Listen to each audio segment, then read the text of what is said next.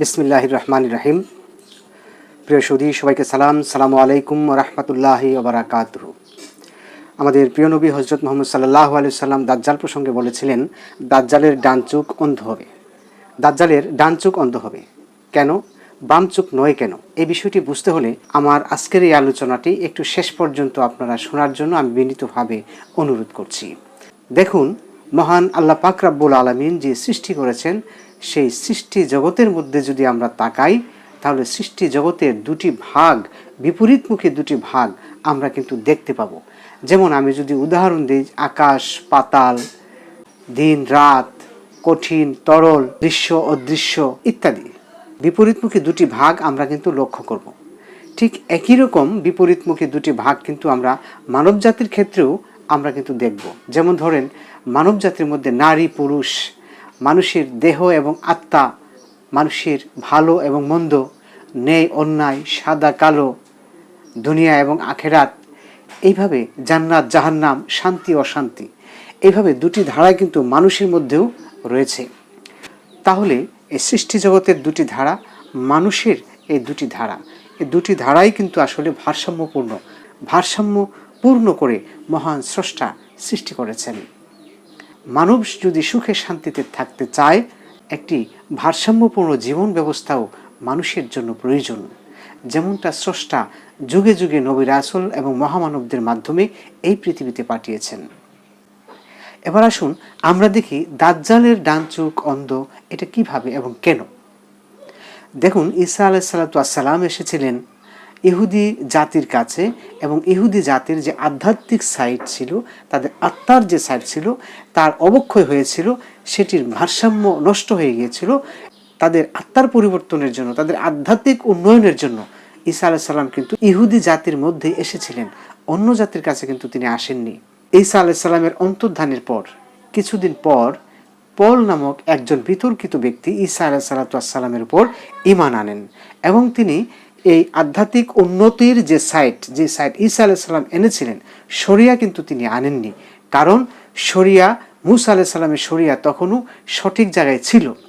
যাই হোক, পল সেই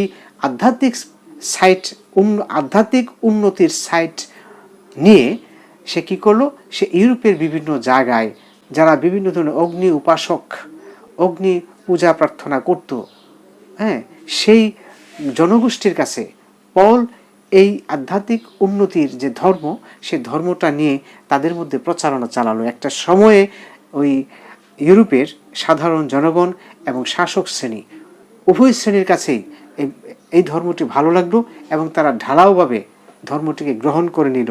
জন্ম হলো একটি খ্রিস্ট ধর্মের। অথচ ইহুদি জাতির বাইরে এই ধর্মের প্রচার করা ছিল টোটালি নিষিদ্ধ। যাই হোক, তারা যখন এই ধর্মকে গ্রহণ করে নিল, ঢালাওভাবে গ্রহণ করে নিল, তখন যাজক এবং শাসক এই দুই শ্রেণী সম্মিলিতভাবে তাদের রাষ্ট্রকে শাসন করতে লাগলো। শাসন করতে গিয়ে দেখা গেল এক চরম বিপত্তি। রাষ্ট্র শাসন করার জন্য যাজকরা ফতোয়া দিত, সেই ফতোয়া অনুযায়ী শাসকরা রাষ্ট্র শাসন করত।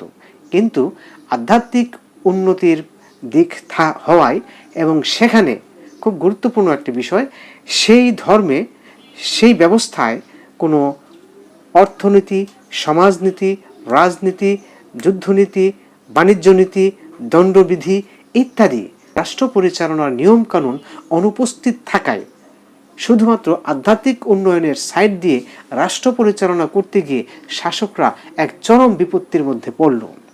এই ধর্মের মধ্যে যেমন এই দণ্ডবিধি ছিল না, অন্যদিকে শাসকরা চাইলেও নিজেদের মতো করে কোনো শাসন ব্যবস্থা ওইখানে চালু করতে পারত না।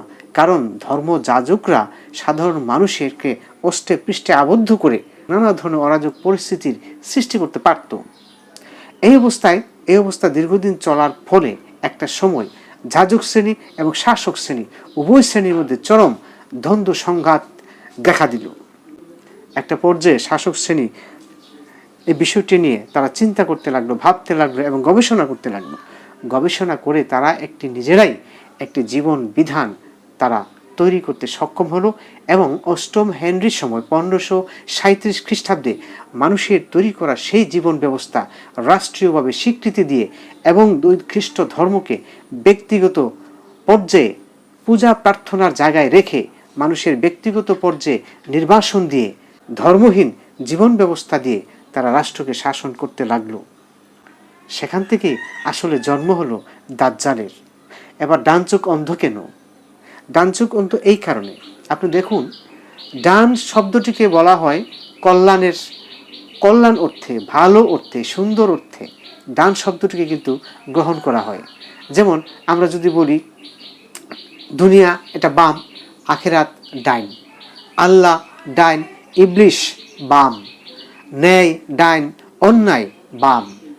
এইভাবে ডাইন এবং বাম, ডানকে কল্যাণের ভালোর দিকে ডান শব্দটিকে ব্যবহার করা হয় এবং বামটিকে আমরা নেগেটিভ অর্থে আমরা বাম শব্দটিকে আমরা অকল্যাণের দিকে আমরা কিন্তু বাম শব্দটিকে ব্যবহার করে থাকি। তো এই ডান চোখ দাজ্জালের অন্ধ, তার কারণ হচ্ছে দেখুন, দাজ্জাল কিন্তু আজকের যে সভ্যতা, আজকের যে প্রযুক্তি উন্নয়ন, আজকের যে প্রযুক্তিগত যে সভ্যতা, আজকের যে বস্তুবাদী যে সভ্যতা, মানুষের জীবন ব্যবস্থায় পরিচালিত আজকের যে সভ্যতা, এই সভ্যতা কি দেখে? এই সভ্যতা আকাশ মহাকাশ নিয়ে গবেষণা করে, গ্যালাক্সি নিয়ে গবেষণা করে, সে গ্রহ নক্ষত্র নিয়ে গবেষণা করে মানুষ মঙ্গল গ্রহে যাচ্ছে, চাঁদের দেশে যাচ্ছে, মানুষ অন্য গ্রহ আবিষ্কারের নিরন্তর চেষ্টা করছে মানুষ বসবাস করা যায় কিনা। মানুষ এই পৃথিবীর অভ্যন্তরে কি আছে না আছে তার খবর মানুষ বের করে নিয়ে আসছে। সাগর মহাসাগরের খবর মানুষের হাতের মুঠোয়। মায়ের গর্ভে সন্তান আসার আগেই মায়ের কিভাবে সন্তানের খাবারের ব্যবস্থা করা হয়েছে, এগুলো আজকের বিজ্ঞান তার বাম চোখ দিয়ে দেখে, পুঙ্খানুপুঙ্খভাবে দেখে, সে ইলেকট্রন নিউট্রনকে দেখে। কিন্তু এই মহাজগতের যিনি ব্যবস্থাপক, যিনি এই ব্যবস্থা করেছেন, যিনি এই বিজ্ঞানময় করে সমস্ত সৃষ্টিকে সৃষ্টি করেছেন, সেই মহাব্যবস্থাপক মহান প্রভু স্রষ্টাকে তারা দেখে না। কারণ তার ডান চোখ অন্ধ, তার ভালো অন্ধ, তার ন্যায়ের, সত্যের, সুন্দরের, আখেরাত এই চোখ তার অন্ধ। ফলে সে স্রষ্টাকে দেখে না, সে দেখে এই পৃথিবীকে, সমস্ত মানব জাতিকে এই পৃথিবীর ভোগবিলাসিতায় আজ আচ্ছন্ন করে রাখা হয়েছে। মানুষ জন্মেছে যেন এই পৃথিবীর সুখ স্বাচ্ছন্দ্যের জন্য, ভোগবিলাসিতার জন্য, ক্ষমতা দাপটের জন্য। মানুষের পরকাল যে আছে, স্রষ্টা আছে, ন্যায় সত্য সুন্দরের যে দিক, আজ মানুষ সেটা বাদ দিয়েছে। ফলে সমস্ত পৃথিবীকে অন্যায় আচ্ছন্ন করে রেখেছে। প্রতিটি মানুষ অন্যায়কে আলিঙ্গন করে নিয়েছে, প্রতিটি মানুষ হয়েছে স্বার্থপর। ফলে এই ভোগবিলাসিতায় পূর্ণ স্বার্থপর এই পৃথিবীতে যুদ্ধ বিগ্রহের মাধ্যমে কোটি কোটি বনি আদমকে আমরা নিঃশেষ করে দিচ্ছি। আমরা উদ্বাস্তু শিবিরে কোটি কোটি মানুষকে জায়গা করে দিচ্ছি। আমরা শহর নগর বন্দরকে আমরা ঘুরিয়ে দিচ্ছি। আমরা নদীতে বাদ দিয়ে নদীর গতিপথকে আমরা আটকে দিচ্ছি। যুদ্ধের ভাষায় এক দেশ আরেক দেশের সাথে আমরা কথা বলছি। ফলে আজ এই পৃথিবী চূড়ান্ত ধ্বংসের দ্বার প্রান্তে এসে পৌঁছেছে। কেন?